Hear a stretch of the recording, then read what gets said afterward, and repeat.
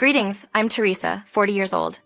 Recently, my father-in-law Gregory passed away, and it was heartbreaking. However, his death brought something unexpected. My ex-husband Jack, who had cheated on me. Let me take you back to when Jack and I first met on a dating app. As a college student, I was looking for some fun, tired of being stuck in my dorm. Jack, 2 years older and a working man, and I matched. After a few dates, we decided to go to a bar, ended up drinking a lot, and found ourselves at his place.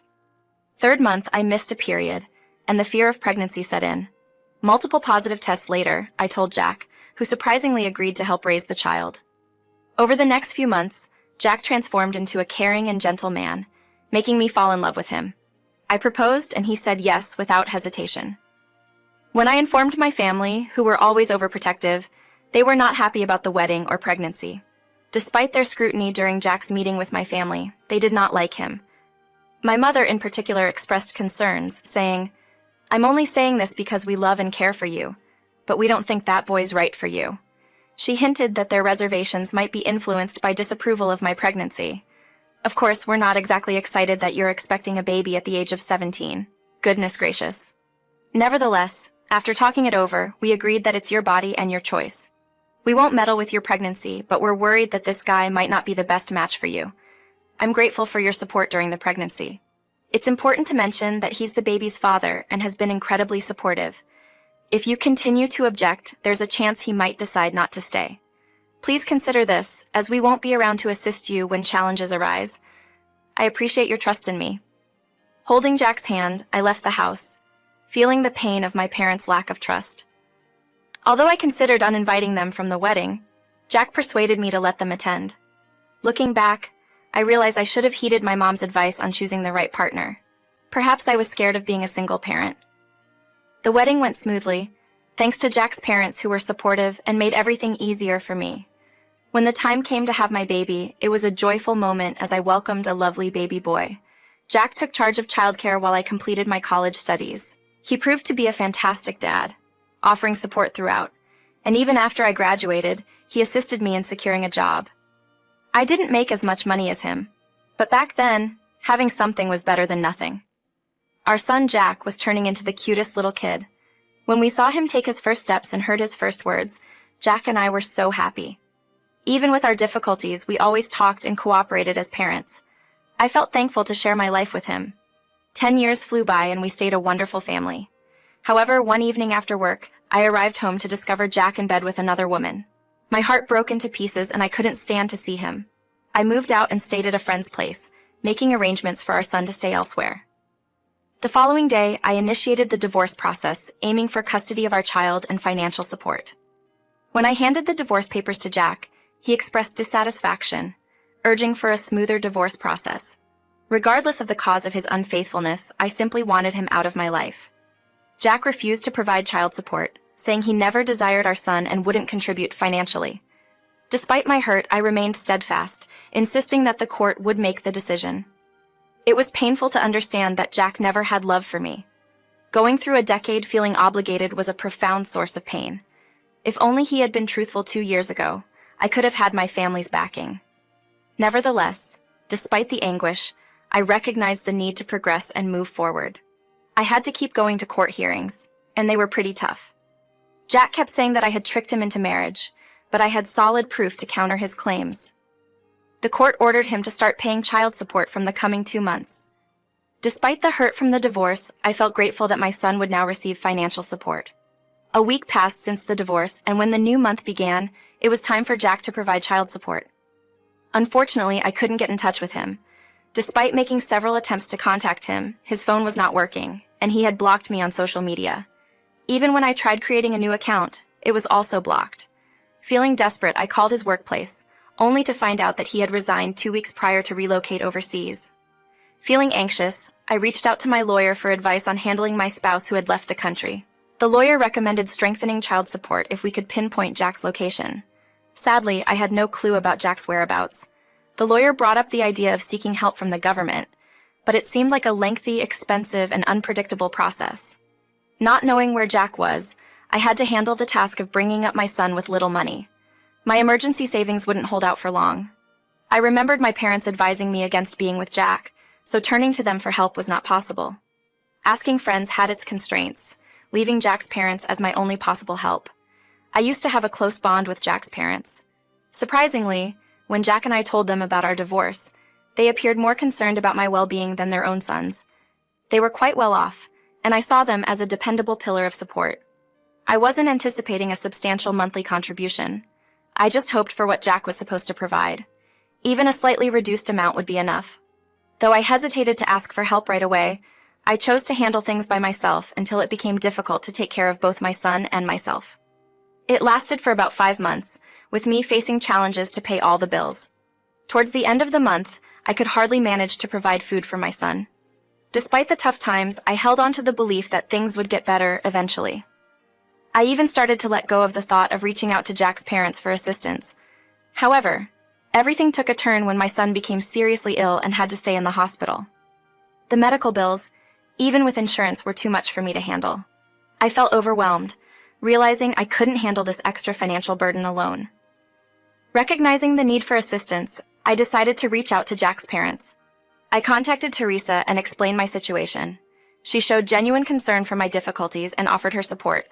When I disclosed Jack's absence and the reasons behind it, they were surprised and expressed regret for not reaching out sooner. Without hesitation, they invited me to their home and reassured me of their assistance. Thankfully, I accepted their offer, understanding that Alice was eager to help. It was a comfort to know that they were ready to stand by me during this challenging period. I didn't have to request her assistance. She willingly offered it. A sense of relief washed over me, and once my tears settled, I swiftly packed a small suitcase for both my son and myself. We went to Alice and Gregory's house, where Alice welcomed us with friendly hugs at the entrance. Gregory warmly welcomed us, inviting us to join him with enthusiasm. As we gathered for lunch, we chatted casually, ensuring my son felt included and shielded from inappropriate topics. After our meal, my son happily went off to play, leaving the three of us to delve into the happenings of the past 5 months. They shared their frustration over Jack's departure and their disappointment upon discovering his affair. Learning about his abandonment of fatherhood fueled their anger. Additionally, they expressed upset with me for not reaching out earlier, and I admitted my mistake. Gregory was determined to offer more financial help than Jack needed to repay. Yet I hesitated to accept such a significant amount. I appealed to Gregory, sharing my unease. He stood firm, seeing it as a way to repay for the last 5 months and recognizing the difficulties faced by a young single mother. Gregory, there's really no reason for such a large sum of money. Think of it as getting back what you've spent in the last 5 months. Plus, you're a young mom taking care of your child alone. You shouldn't have to give up so much when your child's grandparents have more than plenty to offer. Gregory stood his ground, insisting, "There's no limit when it comes to you both. We only ask for one favor in return. Whatever you require," I guaranteed them. Gregory stressed how essential it is to keep in touch regularly. They requested me to commit that if I ever required assistance, no matter what it was, I should reach out to them. I gladly gave my word, and they comforted me, saying, "We don't want either of you facing difficulties. Thank you for joining us. We're really happy to be more connected with our grandchildren. Things have been going well lately, and I've come to understand the importance of having enough money. Back when I was married to Jack, we faced financial difficulties, barely making ends meet. But now, having more financial stability has enabled me to give my son many chances. Years passed, and my son blossomed into a fantastic individual, forming a strong bond with his grandparents.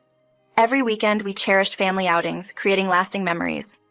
Our lives flourished, thanks not only to the unwavering support of Gregory and Alice, but also to my improved job situation. About 5 years after Jack's departure, my son entered the workforce. Regrettably, 5 years after Jack left us, Gregory's health took a hit. He experienced a stroke, but swift medical attention led to his recovery. Determined to organize his affairs, Gregory began updating his will, and I lent a helping hand. A few 3 months after my son celebrated his 16th birthday, a sad event unfolded. Gregory had a heart attack and left us before assistance could reach him. It was a crushing blow, realizing that had we noticed the signs just 5 minutes earlier, he might still be with us. The funeral happened a week later, and we slowly shared the heartbreaking news with Gregory and Alice's extended family. Alice was profoundly impacted, prompting my son and me to handle nearly everything. We gladly took on the responsibility, considering it the least we could do. The funeral was a serious event, attended by a significant number of people. It was consoling to witness the heartfelt expressions of love for Gregory, and seeing Alice smile again after reconnecting with her dear ones was uplifting. While my son and I were mostly unknown to those in attendance, we appreciated the encouragement and affection that enveloped us throughout this challenging period. A week afterwards, we all met up at Alice's house to go through Gregory's will. I don't know how Jack got wind of it, but he showed up unexpectedly at the front door. I was the one who answered, and seeing him there made my stomach drop. At that instant, a flood of emotions hit me: anger, frustration, shock, and disbelief. My feelings took over, and I couldn't find the words to say anything. Jack barely noticed me as he walked past and went into the house. After collecting myself, I closed the door firmly and quickly approached him. In the living room, Alice gasped in surprise when she saw Jack standing there, appearing unaffected, while Alice looked pale. I decided to address the situation, asking, "Why are you here? Last I heard, they're no longer your in-laws. It's not your concern. You're the one who left, broke ties with your parents, and now you're showing up for your inheritance? That's even more troubling." Jack responded, "Fine, I'm here to claim what's rightfully mine. But seriously, you disappeared for the last 8 years, leaving me to raise our kid on my own. You didn't even bother to check on your folks, and now you're only back for the inheritance. What's going on with you?" I countered, "Why worry about me? I'm still getting my rightful share, and your words won't change that. By the way, Mom, can I see the will?" Jack strongly asserted, "What about the stuff Dad said he'd leave for me? He promised I'd get half of everything he owns. I just want to check if he actually did that and when I can expect to receive it." After examining the will, I found that Jack wasn't mentioned in it at all. Gregory chose to communicate through a letter. Jack's reaction to this information was one of frustration, and I couldn't help but feel a certain level of contentment as I observed his indifferent expression transform into anger. I was well aware of the contents of that letter. I assisted Gregory in crafting a letter that conveyed his feelings of letdown and frustration with Jack. In the message, Gregory shared his dedication to shaping Jack into a more virtuous individual, highlighting the importance of loyalty and accountability. He also detailed the support he provided to me and my son after Jack departed. He explained that he wanted to split his belongings into 3 portions for Jack, Alice, and our son. However, since Jack wasn't there, he planned to allocate Jack's share for us and give the remaining part to a charity supporting single mothers. As I observed Jack's growing irritation, I struggled to hold back a chuckle. Jack's face turned red, showing his frustration. I found it amusing that he thought he would inherit something from his dad, Gregory. Gregory, a principled man, made sure everyone took responsibility for their actions, and he had dealt with Jack's mistakes appropriately. It felt a bit discouraging to find out that Gregory changed his will because he understood Jack so well, anticipating that Jack would come back only for the inheritance. When Jack came towards me in anger, blaming me for talking to Gregory, I assured him that I hadn't influenced Gregory's choices. I emphasized that Jack was accountable for his own deeds, and Gregory deliberately left him out of the will. Despite Jack's threat to challenge his father's will, I stood my ground, maintaining that I had no part in those choices. "I will rightfully get what belongs to me. Feel free to proceed. I have solid proof that you broke court rules by leaving the country. I also have evidence that Gregory used money from your inheritance share to support his child. If you decide to oppose me, you could incur fines or, even worse, land in jail. Jack, please keep quiet. If you're done, I politely request you to leave. You've taken everything from me, but it's your own actions. Depart or I'll get the police involved. Dealing with Gregory's loss is already hard for us, and you're treating him as if he's just an ATM isn't making it any easier. Please leave." After that, Jack left, shouting offensive words as he walked away. Alice seemed ready to argue with him, but I was able to soothe her. Thankfully, my son wasn't with us today. I don't think he would have handled Jack's behavior as calmly. I'm not sure what happened to Jack after that, and honestly, I'm not concerned. The legacy Gregory left for my son is significant, sufficient to cover his college expenses without relying on loans. I'm grateful for Gregory's forward thinking. After my son starts college, Alice and I are considering a brief getaway, just the 2 of us. We've faced challenges together, and we feel it's time to enjoy a moment of joy. Things are starting to take a positive turn in our lives. Upon learning about Jack's betrayal, I never expected my life to go in this direction. Yet here I am. Keep in mind, even if you try to find ways around things, the outcomes will eventually catch up to you, even if it's after a long time. Be kind, do good for those around you, and you'll experience the joy that life can bring.